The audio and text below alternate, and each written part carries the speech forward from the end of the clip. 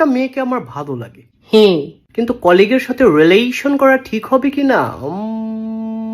মেয়ে পটানোর কি কোনো ম্যাজিক আছে? মেয়ে পটানোর জুতার বাড়িয়েছি কি না, মানে মাইয়া মানুষে ফুটাইবেন? আরে ফুটাবো না, পটাবো। পটাবেন? হ্যাঁ।